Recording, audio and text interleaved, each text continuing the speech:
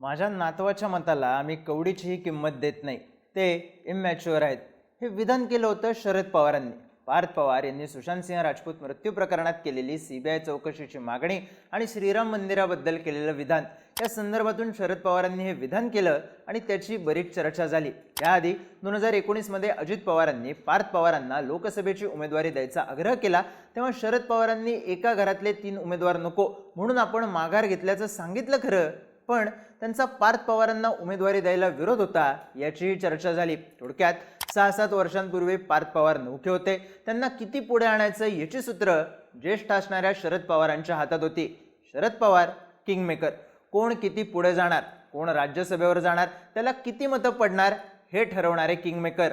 पण आता या ज्येष्ठ शरद पवारांकडे राज्यसभेवर जाण्यासाठीचं संख्याबळ नाहीये, पण तेव्हा नौखे असणारे पार्थ पवार आता आरामात राज्यसभेवर निवडून जाताना दिसतील. ज्या पार्थ पवारांना कवडीची किंमत नाही, इमॅच्युअर म्हणून पवारांनी डावललं, ते ज्येष्ठांच्या सभागृहात बसतील. हे गणित, ही नियती उलगडून सांगणारा हा व्हिडिओ. नमस्कार, मी चिन्मय आणि तुम्ही पाहताय बोलभिडू. 31 जानेवारीच्या संध्याकाळी सुनेत्रा पवार राज्याच्या पहिल्या महिला उपमुख्यमंत्री म्हणून शपथ घेतील. आता सुनेत्रा पवार या राज्यसभेच्या सदस्य, मग त्या उपमुख्यमंत्री कशा? तर नियमानुसार त्या उपमुख्यमंत्री होऊ शकतात, फक्त त्यांना पुढच्या 6 महिन्यात विधान परिषद किंवा विधानसभेवर निवडून जावं लागेल, जे उद्धव ठाकरेंनी केलं होतं. आता अजित पवार यांच्या अपघाती निधनानंतर पुढच्या 6 महिन्यात बारामती विधानसभेची पोटनिवडणूक होईल, जिथून सुनेत्रा पवार या विधानसभेवर निवडून येऊ शकतात. त्यामुळे इथे कुठलाच पेच नाही. पण सुनेत्रा पवारांनी राज्यसभेच्या खासदार पदाचाही राजीनामा दिलाय, म्हणजेच राज्यसभेतली त्यांची जागाही रिक्त झाली आहे. आता बारामती विधानसभा मतदारसंघातून पार्थ पवार किंवा जय पवार निवडून जातील असं सांगण्यात येत होतं, पण सुनेत्रा पवार यांच्या नावावर उपमुख्यमंत्री म्हणून शिक्कामोर्तब झालं आणि त्याच पोटनिवडणुकीच्या उमेदवार असतील हे नक्की झालं. मग अशा वेळी मुद्दा चर्चेत येतो तो राज्यसभेत रिक्त होणाऱ्या जागेवर कोण निवडून जाणार. तर अजित पवारांच्याच राष्ट्रवादीच्या वर्तुळातून नाव पुढे आलं, ते म्हणजे पार्थ पवार.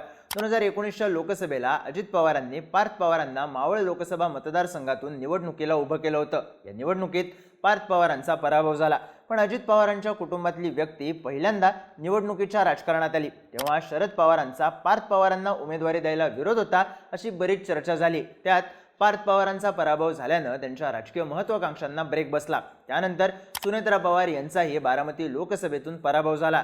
पण 28 जानेवारीला सत्तेचा सारीपाटच बदलून गेला आणि सुनेत्रा पवार, पार्थ पवार राजकारणात फ्रंटवर आले. आता सुनेत्रा पवार यांनी राज्यसभेच्या सदस्यत्वाचा राजीनामा दिल्यानं त्या जागेसाठी निवडणूक होईल. यात महत्त्वाचा फॅक्टर आहे तो संख्याबळाचा. सध्या महाराष्ट्राच्या विधानसभेत अजित पवारांच्या राष्ट्रवादीचं संख्याबळ 40 आमदारांचं आहे, पण महायुतीचा एकूण आकडा हा 234 आमदारांचा आहे. आता समजा फक्त एकाच जागेसाठी राज्यसभा निवडणूक झाली तर निवडून येण्यासाठी 144 आमदारांची मतं लागू शकतात आणि त्यापेक्षा जास्त संख्याबळ असल्यानं पार्थ पवार सहज निवडून येऊ शकतात. पण अर्थात हे जर सुनेत्रा पवार यांनी राजीनामा दिल्यानंतर रिक्त झालेल्या जागेसाठी लगेच निवडणूक लागली आणि तेव्हा पार्थ पवारांच्या विरोधात उमेदवार दिला तर तयार होणारी गणितं, तेव्हा पार्थ पवार बिनविरोध निवडून येण्याची शक्यता सुद्धा आहेच. पण या सगळ्यात आणखी एक मुद्दा आहे. एप्रिल 2026 मध्ये राज्यसभेच्या 7 जागा रिकाम्या होणार आहेत, म्हणजेच 2 महिन्यांनी राज्यसभेच्या निवडणुका प्रस्तावित आहेत. त्यामुळे सुनेत्रा पवार यांच्या राजीनाम्यानंतर जी जागा रिक्त झाली आहे त्या जागेसाठी या 7 जागांसोबतच निवडणूक घेतली जाऊ शकते, म्हणजेच एका वेळी राज्यसभेच्या 8 जागांसाठी निवडणूक होऊ शकते. तेव्हा शरद पवार यांची जागा रिक्त असेल, कारण एप्रिल 2026 मध्ये शरद पवारांची राज्यसभेची टर्म सुद्धा संपते आणि सुनेत्रा पवार यांची जागा रिक्त असेल. आता समजा 8 जागांसाठी निवडणूक झाली तर जिंकण्यासाठी उमेदवारांना पहिल्या क्रमांकाची 32 मतं मिळवावी लागतील.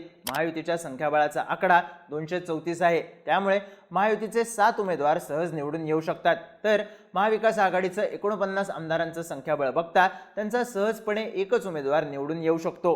महाविकास आघाडीमध्ये शरद पवार, ठाकरेंच्या शिवसेनेच्या प्रियंका चतुर्वेदी आणि काँग्रेसच्या रजनी पाटील यांची सुद्धा टर्म संपणार आहे. त्यामुळे अशावेळी ठाकरेंची शिवसेना आणि काँग्रेस सुद्धा आपला उमेदवार निवडून आणण्यासाठी आग्रही असणार आहेत. साहजिकच सगळ्यात कमी संख्याबळ असणाऱ्या शरद पवारांच्या राष्ट्रवादीला ही संधी मिळणार का हा प्रश्न आहेच. म्हणजेच शरद पवारांना महाविकास आघाडीमध्येच ही जागा मिळवण्यासाठी संघर्ष करावा लागू शकतो। आता जर अजित पवार हयात असते तर शरद पवारांना पुन्हा राज्यसभेवर जाण्यासाठी अजित पवारांच्या राष्ट्रवादीचं बळ कदाचित मिळालं असतं, कारण अजित पवारांचे 41 आमदार अजित पवारांच्या शब्दाखातर शरद पवारांना पाठिंबा देऊ शकले असते। पण आता तसं होण्याची शक्यता कमी आहे। अजित पवारांचं अपघाती निधन होण्याआधी दोन्ही राष्ट्रवादी एकत्र येण्याबद्दल जोरदार चर्चा सुरू होत्या। हे विलीनीकरण झालं असतं तर नेतृत्वाची सगळी सूत्र ही अजित पवार यांच्याकडे गेली असती। अजित पवारांचं निधन झाल्यानंतर विलीनीकरणाच्या चर्चांमध्ये खंड पडलाच, पण सुनेत्रा पवार यांचं नाव उपमुख्यमंत्रीपदी निश्चित झालं आणि दोन्ही पक्ष एकत्र येण्याच्या, अजित पवार नसताना शरद पवार यांच्या हातात नेतृत्व जाणार असल्याच्या चर्चांना ब्रेक बसला।